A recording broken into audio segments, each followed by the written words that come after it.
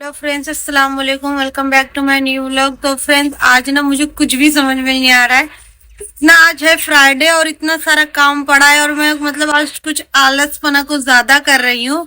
मुझे यकीन नहीं हो रहा कि मेरे घर का हुलिया एकदम बिगड़ा पड़ा है। तो बहुत ज्यादा पड़ा है, लेकिन अभी भूख लगी है। सुबह के नाश्ते में इस तरह से देखो, मैं कढ़ाई में ले बैठी हुई हूँ। प्लेट में नहीं निकाली हूँ, कढ़ाई में ही निकाली हूँ।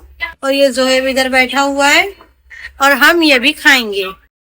उसके बाद मैंने सुबह का नाश्ता करे। सुबह का नाश्ता मैंने इस तरह से करी, मतलब बर्तन में मैंने कुछ ली नहीं थी, बस कढ़ाई में ही जो रखा हुआ था पराठा रात का, वही रात का पराठा वो मैं खा ली। जोएब के अब्बू को मैं नाश्ता वास्ता करवा उरवा कर काम पर भेज दी थी और मुझे भी भूख लगी थी और जोएब को भी थोड़ा बहुत भूख लगी थी, तो मैं बैठ के पराठा खाई और जोएब को भी थोड़ा बहुत खिलाई, लेकिन वो खाया नहीं, मैं ही खाई सिर्फ। फिर उसके बाद घर का पूरा काम पड़ा हुआ था, पसारा तो पूरा फैला ही हुआ था, पर मैं क्या करती हूँ, मुझे भूख लगी थी तो मैं बोली पहले मैं खा लेती हूँ, उसके बाद काम फटाफट करती हूँ। तो पूरा किचन उचन इस तरह से फैला हुआ था। यहाँ पर देखो क्या कर रहा है, गिर रहा है।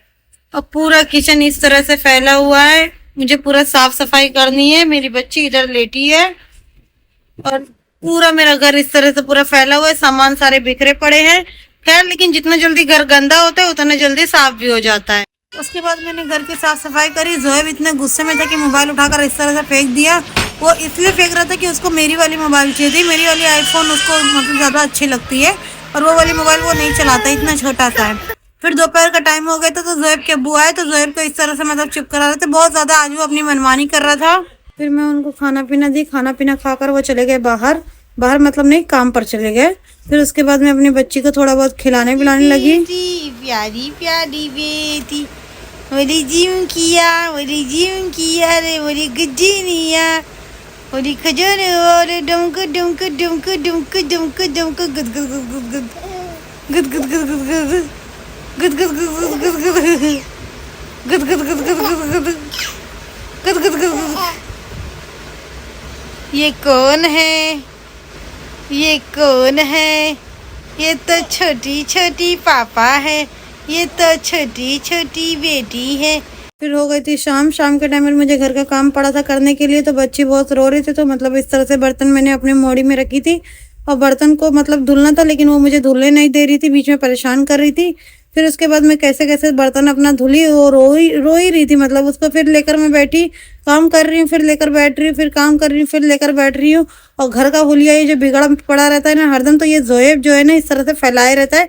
अगर उसके आदमी मोबाइल रहती है तो वो थोड़ा शांत रहता है, अगर मोबाइल नहीं रहती है तो पूरा घर का मेरा पूरा घर का सामान इधर उधर बिखेरते पड़ा रहता है। और मैं इस तरह से खदीजा को लेकर बैठी हुई थी कि मुझे कुछ भी नहीं करने दे रही थी।